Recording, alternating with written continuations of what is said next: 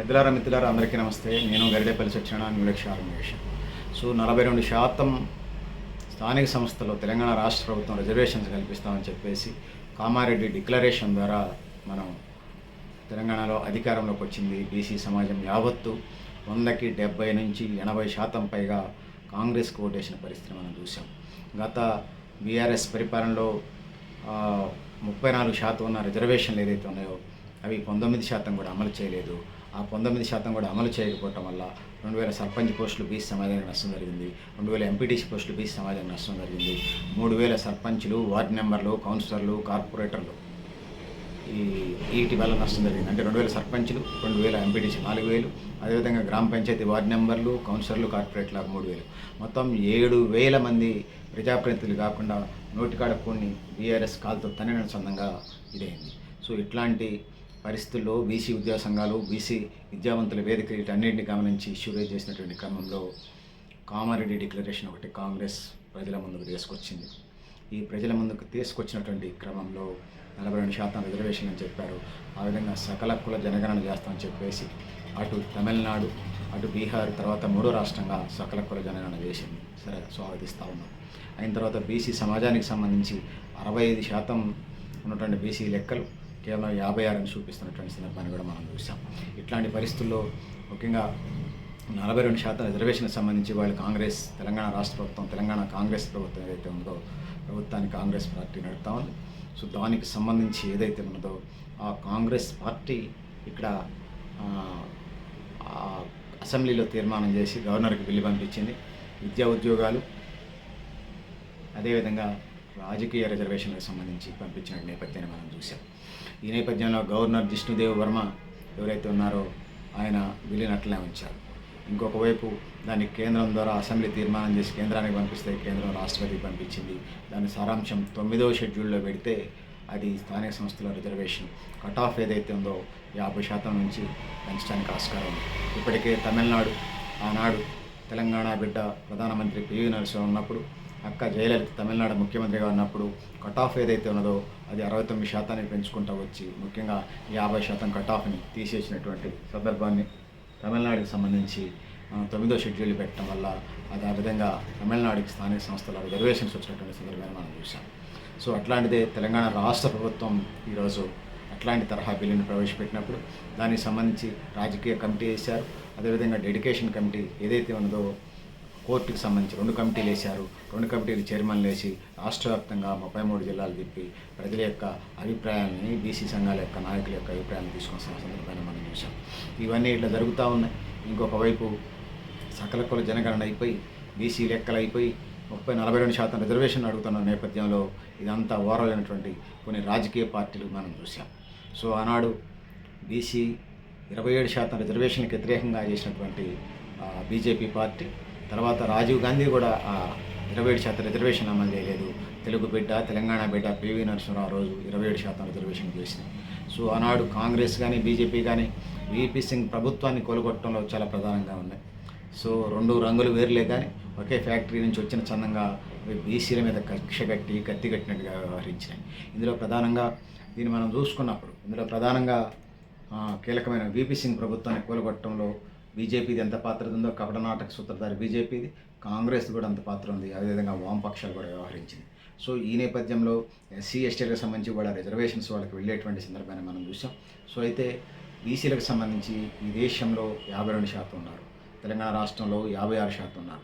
వీళ్ళకి సంబంధించి ఎక్కడ వేసిన గొంగళి ఎక్కడ చందంగా, సో వీళ్ళ జీవితాలు ఎస్సీ ఎస్టీల కంటే దారుణంగా ఉన్న పరిస్థితిని మనం చూసాం. ఈ నేపథ్యంలో గుడ్డిలో మెల్ల చందంగా ఆనాడు 27% విద్యా ఉద్యోగాల రిజర్వేషన్ మనం చూసాం.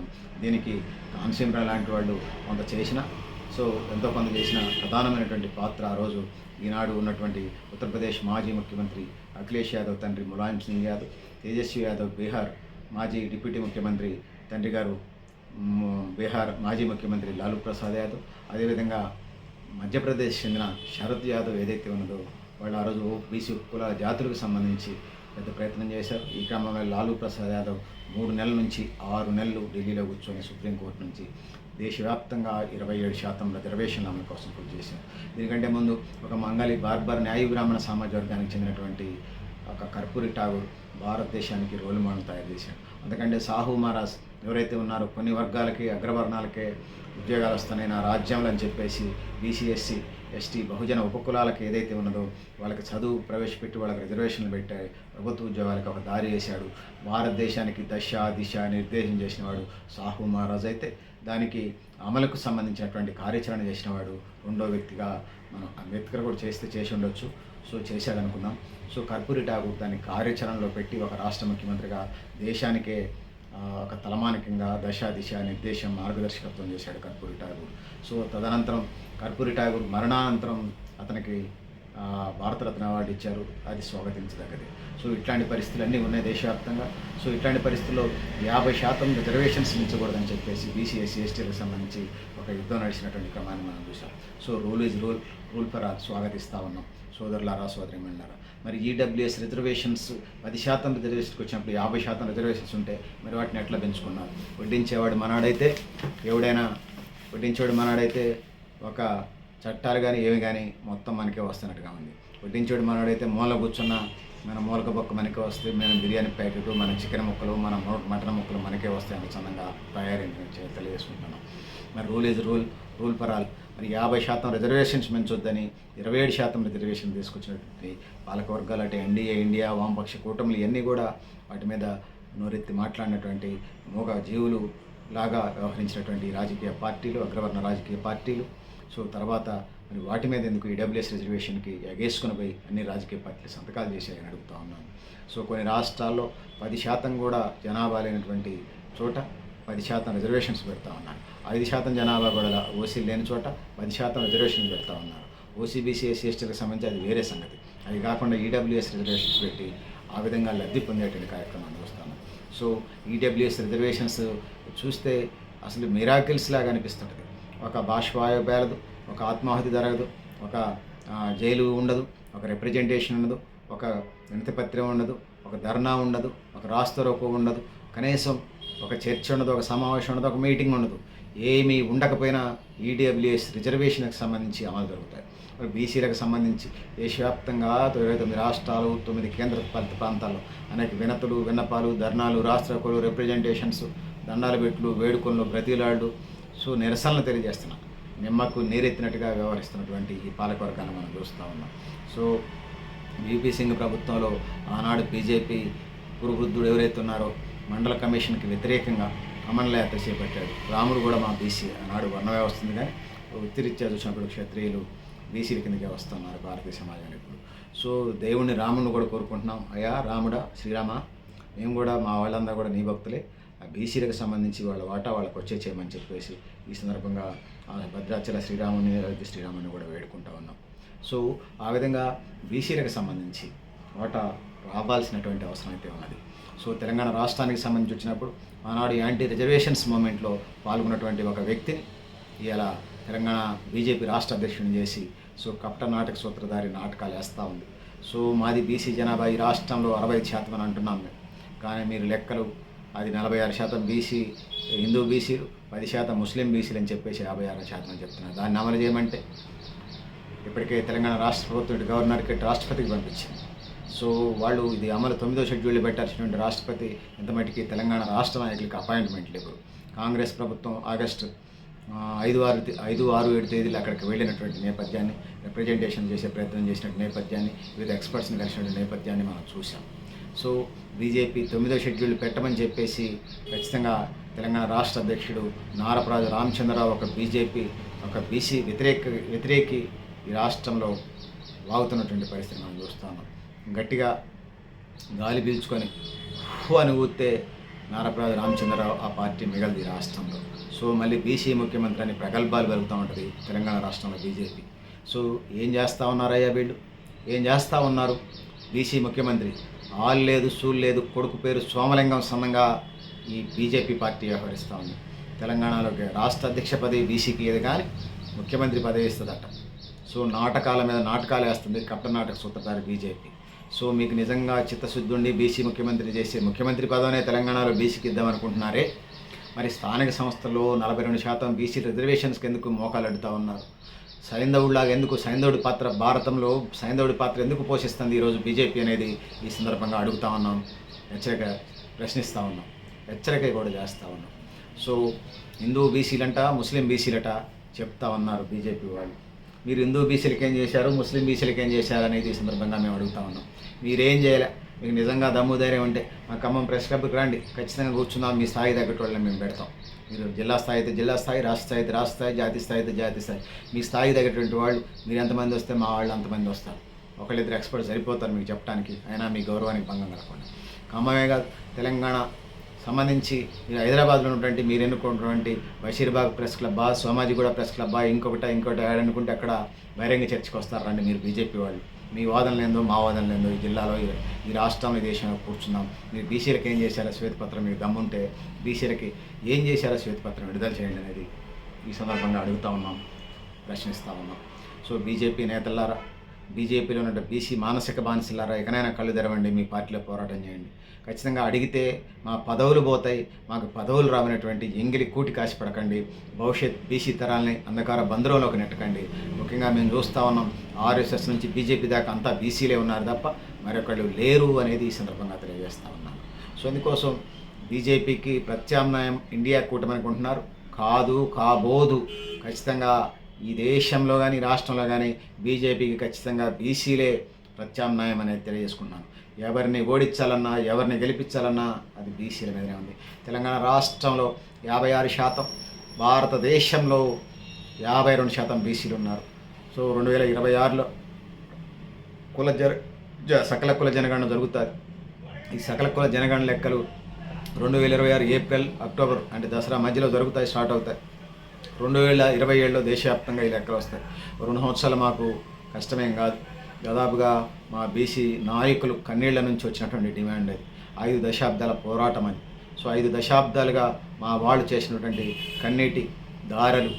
సో ఉద్యమంలో, బీసీ ఉద్యమంలో, బహుజన ఉద్యమాల్లో పనిచేస్తూ కుటుంబాలు పేదరికంలో మగ్గే మా నాయకులు వేదికలు ఇచ్చి మీటింగ్ చెప్పి దిగుతూ ఉంటే, వేదిక మెట్లు దిగుతూ ఉంటే, వీడికి కేజీ బియ్యం లేలే కానీ దేశానికి బీసీ రాజ్యం రావాలని మీటింగ్ చెప్తున్నానని చెప్పేసినటువంటి నాయకులు నాతో కలిసి చెప్పినప్పుడు గుండె తరుక్కుపోయింది, కడుపు తరుక్కుపోయింది, కళ్ళ వెంబట నీళ్ళు వచ్చాయి. వాళ్ళ కోసం కాకుండా వాళ్ళ కుటుంబాలు పేదరికంలో మగ్గుతున్న ఈ బీసీ సమాజం కోసం వాళ్ళు ఫైట్ చేశారు. ముఖ్యంగా బీసీల అభివృద్ధి దేశాభివృద్ధి, దేశాభివృద్ధి బీసీల అభివృద్ధి, బీసీల అభివృద్ధి రాష్ట్రాభివృద్ధి, రాష్ట్రాభివృద్ధి బీసీల అభివృద్ధి తెలియజేసుకుంటా ఉన్నాను. ఎస్సీ ఎస్టీలు మా తమ్ముళ్ళే వాళ్ళకి రావాల్సినటువంటి రాజ్యాంగ హక్కులు వాళ్ళకి వస్తూ ఉన్నాయి. బీసీలకు కూడా వచ్చినప్పుడు మిగిలిన ఈడబ్ల్యూఎస్లు కొద్దిమంది ఉంటారు కాబట్టి వాళ్ళకి కూడా వచ్చింది. దానికి కోటేశ్వరులు 5 కోట్లు 10 కోట్లు ఉన్న వాళ్ళకి వాడికి రేషన్ కార్డు, వీళ్ళ స్థలము, ఈ రకరకాల కార్డులు అవసరం లేదు, ప్రభుత్వం ఇంటి లోను ఈ అవసరం లేదు, వాళ్ళే కట్టేసుకుంటారు. సో ఈ అట్టడుగు ప్రజలకు సంబంధించి బీసీ సమాజం ఈరోజు మీ ముందుకు ప్రతిపాదన పెడతా ఉన్నది. బీసీలకు జెండా లేదు, ఎజెండా లేదు అంటున్నారు. అన్ని బీసీ ఉపకులాలకు సంబంధించి జెండాలు ఉన్నాయి, చూసుకోండి. ప్రతి ఉపకులానికి ఒక బీసీ సంబంధించి జెండాలు ఉన్నాయి, వాళ్ళకి ఎజెండాలు ఉన్నాయి, వాళ్ళ సమస్యలే ఎజెండా అని చెప్తా ఉన్నాను. సో మా కామన్ ఎజెండా మాత్రం తినడానికి తిండి, 10 అంశాలు మీ దృష్టికి తీసుకొచ్చే ప్రయత్నం చేస్తాను. తినడానికి తిండి, ఉండడానికి ఇల్లు, కట్టుకోవడానికి బట్ట, చదువుకోవడానికి ఉచిత విద్య, ఉచిత వైద్యం, అదేవిధంగా సమాన అవకాశాల సమాజం కోసం, ఉపాధి మార్గాలు పెంపొందించడం కోసం స్కిల్ డెవలప్మెంట్ ప్రోగ్రాము, సామాజిక న్యాయం, అదేవిధంగా భూమి పంపిణీ. ఈ 10 అంశాలు సుమారుగా, ఈ 10 అంశాలు మా మేనిఫెస్టోగా, మా ఎజెండాగా భారతదేశం ముందు, ప్రజల ముందు, బీసీ సమాజం ముందు పెడతా ఉన్నాం. మా బీసీ సమాజం రిప్రజెంటేటివ్గా పెడతా ఉన్నాను. సో పెద్దలారా, మిత్రులారా, ఆ వైపుగా ఈ దేశం ముందుకెళ్లాల్సిన అవసరం ఉంది. ఆ విధంగా సర్వతోముఖ అభివృద్ధి చెందాల్సిన అవసరం ఉంది. ఆ విధంగా నిజమైన అభివృద్ధి చెందాల్సిన అవసరం ఉంది. ఇక్కడ నేను చెప్పదలుచుకున్నాను, మా పిల్లాడు ఒకడు, మా కజిన్ బ్రదర్ కొడుకు, వాడు భారతదేశం అభివృద్ధి చెందుతున్న దేశం అంటే వాడికి కొన్ని కీ పాయింట్స్ చెప్తే, వాడు అవన్నీ రాసుకొని కొన్ని కలిపి చెప్తే, వాడికి డిబేట్లో ఎలక్ట్రీషియన్ కాంపిటీషన్లో వాడికి ఫస్ట్ ప్రైజ్ వచ్చింది. ఫస్ట్ ప్రైజ్ వస్తే వాళ్ళ టీచర్స్తో నేను మాట్లాడాను. సార్ ఏం జరిగింది సార్ అని మాట్లాడాను. నేను మాట్లాడినప్పుడు వాడు మంచి, నేను తెలుసని వాడికి ఫస్ట్ ప్రైజ్ ఇచ్చారంటే, లేదు సార్ వాడు బాగానే మంచి పాయింట్స్ చెప్పారన్నారు. సో అన్నప్పుడు నాకు మా సార్ గుర్తుకొచ్చారు. సార్ భారతదేశం అభివృద్ధి చెందుతున్న దేశం అని చెప్పేసి మా బ్రదర్ కొడుక్కి కీ పాయింట్స్ చెప్తే వాడికి ప్రైజ్ ఎలక్ట్రీషియన్ కాంపిటీషన్లో ప్రైజ్ వచ్చింది సార్ అని చెప్పాను.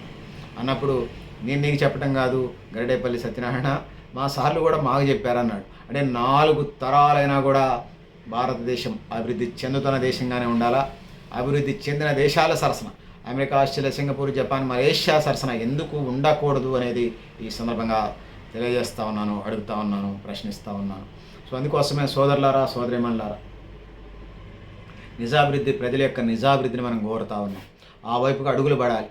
సో భారతదేశంలో కొద్దిమంది పెట్టుబడిదారుల బహుళజాతి సంస్థల అభివృద్ధినే ఈ దేశ అభివృద్ధిగా చూపించబడడానికి ప్రయత్నం చేస్తూ ఉన్నారు. సో అది ఏమంత కరెక్ట్ కాదు.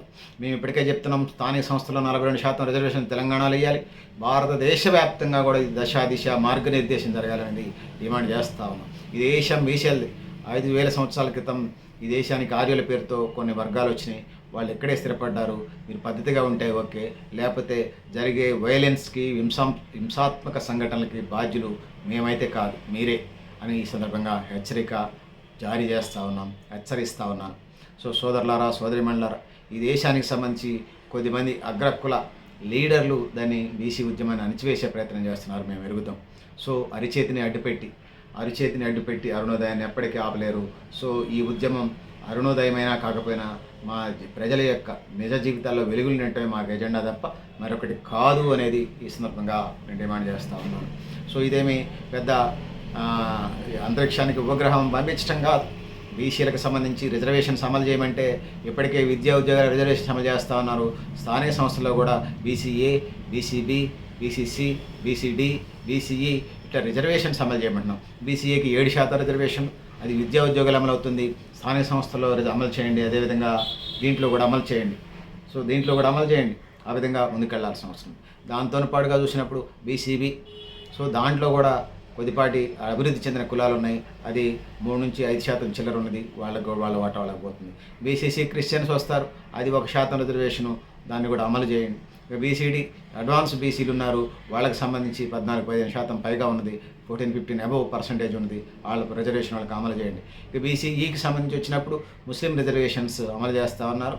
2+2 ఉన్నటువంటి 27% రిజర్వేషన్ 2% తీసేసి ముస్లిమ్స్ గెలిపారు. ప్రభుత్వం ఒక 2% ఇస్తుంది, 4% రిజర్వేషన్స్ ఇస్తూ ఉన్నారు. ఆ విధంగా 4% ముస్లిం మైనారిటీలకు ఇవ్వండి, బీసీ ముస్లింకి ఇవ్వండి అనేది ఈ సందర్భంగా మేము అడుగుతూ ఉన్నాం, కోరుతూ ఉన్నాం. ఇందులో ప్రధానంగా సంచార జాతులకు సంబంధించి బీసీలకు సంబంధించి వచ్చినప్పుడు 80% మంది, ఎస్సీలకు సంబంధించి 20% మంది ఉన్నారు. కాబట్టి ఈ సంచార జాతుల్ని కడుపులో పెట్టుకొని కాపాడుకోవాల్సిన అవసరం ఇటు బీసీ సమాజం మీద ఉంది, యావత్ భారతీయ సమాజం మీద ఉన్నదనేది ఈ సందర్భంగా తెలియజేసుకుంటాను. ఆ విధంగా ముందుకు వెళ్లాల్సిన అవసరం ఉందనేది ఈ సందర్భంగా తెలియజేసుకుంటున్నాను. పెద్దలారా, మిత్రులారా, ఇంకా కాంగ్రెసు బీజేపీ డ్రామాలు నడుస్తూ ఉన్నాయి. కాంగ్రెస్ 42% రిజర్వేషన్ అమలు చేస్తున్నారని డ్రామాలు చెబుతుంది. మీదే మొన్నటిదాకా కాంగ్రెసే కేంద్ర ప్రభుత్వంలో ఉన్నది. ఈ 10 ఏళ్ళు అవుతుంది వాళ్ళు వచ్చి, 10-11 ఏళ్ళు అవుతుంది బీజేపీ వాళ్ళు వచ్చి. ఇప్పటిదాకా బీసీఎల్ని తొక్కిపట్టింది కాంగ్రెస్, అటు కేంద్రంలో ఇటు రాష్ట్రంలో. ఇక్కడేమో రెడ్డి రాజ్యాలు, ఆడేమో ఆధిపత్య కులాల రాజ్యాలు నడిచినాయి. సో మీ పాత్రని మేము మరవలేం, బీసీలు అణిచివేసిన దాంట్లో. ఇక బీజేపీ సైంధవుడి పాత్ర పోషిస్తూనే ఉంది, ప్రజలు గమనిస్తూనే ఉన్నారు. మీ చిత్రగుప్తుడి చిట్టాలన్నీ కూడా బీసీ విద్యావంతుల వేదికలు, బీసీ ఉపకులాల విద్యావంతుల వేదికలు, బీసీ ఉద్యోగ సంఘాలు, బీసీ ఉపకులాల ఉద్యోగ సంఘాలు ఇప్పటికే రాసిపెట్టినాయి. మీరు ప్రత్యేకంగా మా గురించి ఏం రాయలేదు, మేమేదో నరకానికి పోవాలనుకుంటున్నారు. మీరు ఖచ్చితంగా అగ్రవర్ణ ఆధిపత్య కుల పార్టీల నాయకులారా, మీరు నరకానికే పోతారు. అదేవిధంగా బీసీ వివిధ ఆధిపత్య కులాల పార్టీలు ఉన్నటువంటి బీసీలు కూడా నరకానికే పోతారు. ఎందుకంటే అక్కడుండి పదవులు దొబ్బకపోదామని చూస్తున్నారు తప్పితే బీసీ సమాజానికి సంబంధించి మాట్లాడట్లేదు. ఆ విధంగా పార్టీలో ఉండి బీసీ సమాజం గురించి మాట్లాడినటువంటి ఆ బీసీలందరికీ కూడా చేతులు జోడించి నమస్కరిస్తా ఉన్నాను. ఇక మాట్లాడకుండా ఆధిపత్య కులాలు లేకపోతే రాజకీయ పార్టీలో ఉండి బీసీల సమస్య వచ్చినప్పుడు మాట్లాడకుండా ఉండేవాళ్ళు మాత్రం అందరూ ఖచ్చితంగా నరకానికే పోతారనేది ఈ సందర్భంగా తెలియజేస్తూ ఉన్నాను. సో ఈ 42% రిజర్వేషన్కి వచ్చినప్పుడు కాంగ్రెస్ పార్టీ 42%, మేము అంటే 34 ఆల్రెడీ ఉంది, వీళ్ళు ఇస్తే 8%. ఇక ఆడున్నాడు బీజేపీ వాళ్ళట సోషల్ మీడియా, మరి వాళ్ళు చెప్తారు, మరి అధికార ప్రకటన చూడాలి. మరి వాళ్ళు ఏమంటున్నారా, ఇక 46% అమలు చేస్తామని చెప్తా ఉన్నారు.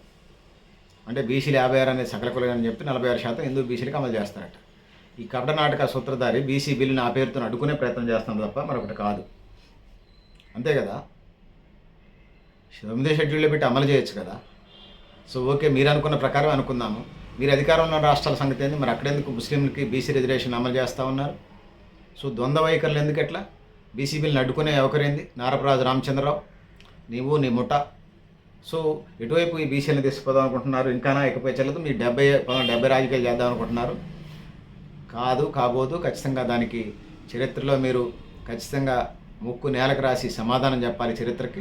ముఖ్యంగా బీసీ సమాజం చిత్రగుప్తుడి చిట్టలాగా మీ రాజకీయ పార్టీల యొక్క చిట్టాలన్నీ రాసి పెడుతున్నాయి. బీసీ ద్రోహులు ఎవరు, బీసీ శ్రేయభిలాషులు ఎవరు, ఖచ్చితంగా బీసీ విద్యావంతుల వేదికలు, బీసీ ఉద్యోగ సంఘాలు, ఉపకులాలకు సంబంధించినటువంటి విద్యావంతుల వేదికలు, ఉపకులాలకు సంబంధించినటువంటి ఉద్యోగ సంఘాలన్నీ కూడా వీటన్నిటిని మాడిఫై చేస్తూ ఉన్నాయి, రాసి పెడతా ఉన్నాయి. ఖచ్చితంగా ఇప్పుడు చేసినటువంటి వాటికి మీరు నరకంలో శిక్ష అనుభవిస్తారో లేదో, ఖచ్చితంగా మీరు మీ పార్టీలు కాలగర్భంలో కలిసిపోవటం, ఒక పార్టీలో ఒక పార్టీ విలీనం చేసుకునే పరిస్థితికి నెట్టవేయబడతారు తప్ప మీరుగా మిగలరు. ముఖ్యంగా ఈ దేశం మూలవాసులం మేము, ఈ దేశ అభివృద్ధికి బాటలు వేసింది మేము, ఈ దేశానికి ముందుకు నడిపించేది మేము. అప్పుడు మేమే, ఇప్పుడు మేమే, భవిష్యత్తులో మేమే. ఖచ్చితంగా మీ ఓటా ఏదన్నా ఉంటే తీసుకోండి, లేకపోతే ఖచ్చితంగా జరిగేటువంటి సంఘటనలకి, సంఘర్షణలకి, ఉద్యమాలకి ముఖ్యంగా మీ రాజకీయ పార్టీలు బాధ్యులు అవుతారు తప్ప మరొకటి కాదు అనేది సందర్భంగా తెలియజేసుకుంటున్నాను. ఇంకా బీఆర్ఎస్ పార్టీ ఉంది, ఇప్పటికే చెప్పాను, వాళ్ళట 50% ఇస్తారట. 56% తీసుకుంటే 50%. వాళ్ళ అధికారంలో ఉన్నప్పుడు 34% రిజర్వేషన్ లేకుండా, కనీసం 19% కూడా అమలు చేయకుండా బీఆర్ఎస్ పార్టీ 2000 సర్పంచ్ పోస్టులు, 2000 ఎంపీటీసీ పోస్టులు, 3000 వార్డు మెంబర్లు, కౌన్సిల్, కార్పొరేటర్ పోస్టులు రాకుండా మొత్తం 7000 ప్రజాప్రతినిధులు నోటికాడకూడిని, బీసీలు అయ్యే నోటికాడకూడిని, బీసీలు రాజ్యాధికారంలోకి వచ్చే, స్థానిక సంస్థలు రాజ్యాధికారంలోకి వచ్చే కార్యక్రమాన్ని బీఆర్ఎస్ పార్టీ కాలుతో తన్నింది. బీఆర్ఎస్ పార్టీ కాలుతో తన్ని ఆ విధంగా బీసీలని స్థానిక సంస్థలు రాజ్యాధికారానికి రాకుండా అడ్డుకుంది. ఇవాళ ఈ 3 పార్టీలు బీజేపీ, బీఆర్ఎస్, కాంగ్రెస్ కపట నాటకాలు ఆడుతున్న పరిస్థితిని మనం చూస్తున్నాం. సో మీ క్యారెక్టర్స్ ఏందో భవిష్యత్తులో అర్థమవుతుంది. ఖచ్చితంగా మీరు చేసినటువంటి దానికి ప్రాయశ్చిత్తం అనుభవించాల్సి ఉంటుంది. ముఖ్యంగా బీసీలో ఉన్నటువంటి మానసిక బానిసలారా వివిధ పార్టీలో ఉన్నటువంటి పనిచేసే, ఫైట్ చేసే, హక్కులను అడిగే వాళ్ళకి వాట్సాప్ ధన్యవాదాలు, ప్రణామాలు. కానీ ఆయా రాజకీయ పార్టీల గొడుగు నీడ కింద మెట్లు కాడ బూట్లు దూడ్చుకుంటా, బూట్లు నాక్కుంటుండే బీసీ మానసిక బానిసలారా ఇప్పటికైనా కళ్ళు తెరవండి, లేకపోతే చచ్చిపోండి. మీ వల్ల ఈ దేశానికి, బీసీ జాతులకు ఉపయోగం లేదు. సో ఈ మానసిక బానిసత్వం నుంచి బయటికి రండి. సో ఆ విధంగా మన హక్కులు మనం సాధించుకుందాం. మన రాజ్యంలో ఇప్పటికే చెప్పినటువంటి ఎజెండా ఏదైతే ఉందో, తినడానికి తిండి, ఉండడానికి ఇల్లు, కట్టుకోవడానికి బట్ట, విద్య, వైద్యం, ఉపాధి, సమాన అవకాశాల సమాజం కోసం, సామాజిక న్యాయం, మేమెంతో మాకంతా, మీరెంతో మీరు తీసుకోండి, భూమి పంపిణీ, ఇవి ఈ ప్రధానమైనటువంటి ఎజెండాను అమలు చేసుకుందాం. BCA, BCB, BCC, BCD, BCE ఏదైతుందో విద్యా ఉద్యోగాల రిజర్వేషన్స్ ఎలా ఉన్నాయో అట్లనే స్థానిక సంస్థలే కాకుండా ఎమ్మెల్యే, ఎంపీ పోస్టుల దాకా, రాజ్యసభ, ఎమ్మెల్సీ దాకా అది అమలు జరిగేలాగా ప్రయత్నం చేద్దాం. దానికోసం ఖచ్చితంగా కృషి పట్టుదలతో కంకణబద్ధులై ఉందామని ముందుకు పోదామని తెలియజేసుకుంటాను.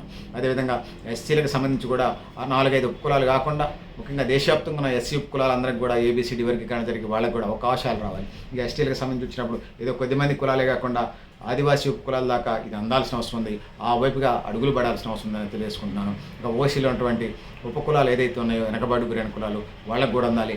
ఆ విధంగా మహనీయులు కన్నటువంటి కళలు, స్వతంత్ర సమరయోధులు కన్నటువంటి కళలు అమలు చేసుకునే విధంగా ముందుకెళ్దాం. ఆ విధంగా ముందుకు పోవాలని తెలియజేసుకుంటూ, ముఖ్యంగా సంచార జాతులు ఏదైతే ఉన్నారో వాళ్ళని కడుపులో పెట్టుకొని సాదుకొని కన్నబిడ్డలాగా వాళ్ళకి డబుల్ బెడ్రూమ్లు ఇచ్చి, వాళ్ళ స్థిర నివాసం ఏర్పరిచి, ఉపాధి అవకాశాలు కల్పించి, ఉద్యోగ అవకాశాలు కల్పించడం. రెండోది వాళ్ళ పిల్లల్ని 4 తరాలు చదివించి ఈ దేశ పౌరులుగా తీర్చిదిద్దే బాధ్యత ఉన్నదని తెలియజేసుకుంటూ, సకల కుల జనగణను సమర్థించిన వాళ్ళు, అదేవిధంగా జనాభా దామాషని సమర్థించిన వాళ్ళు దేశభక్తులని చెప్పేసి దాన్ని వ్యతిరేకించిన వాళ్ళంతా కూడా దేశద్రోహులు అనేది ఈ సందర్భంగా తెలియజేసుకుంటూ, సో బరాబర్ చెప్తాను, సకల కుల జనగణని వ్యతిరేకించేవాళ్ళు, సో జనాభా దామాషని వ్యతిరేకించేవాళ్ళు దేశద్రోహులు తప్ప మరొకరు కాదని చెప్పేసి బరాబర్ చెప్తా ఉన్నాం, భవిష్యత్తులో కూడా చెప్తాం. ఆ విధంగా తెలియజేసుకుంటూ, పెద్దలారా, మిత్రులారా, మీరు కూడా మీ అభిప్రాయాలు కామెంట్ బాక్స్లో అనేది తెలియజేసుకుంటూ, సో రాష్ట్రపతి ఎన్నికలకు సంబంధించి బీజేపీ మాకు శత్రువులే, కానీ స్వతంత్రం వచ్చి 78 ఏళ్ళు 79 ఏళ్ళు వచ్చినా కూడా మా బీసీలకు ఈరోజు మట్టికి ఒక రాష్ట్రపతి కాలేదు.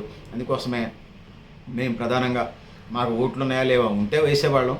సో పార్లమెంట్ సభ్యులు వాళ్ళు కదా ఓట్లు వేసేది, లోక్సభ సభ్యులు వాళ్ళు కదా ఓట్లు వేసేది ఉపరాష్ట్రపతి ఎన్నికలకి.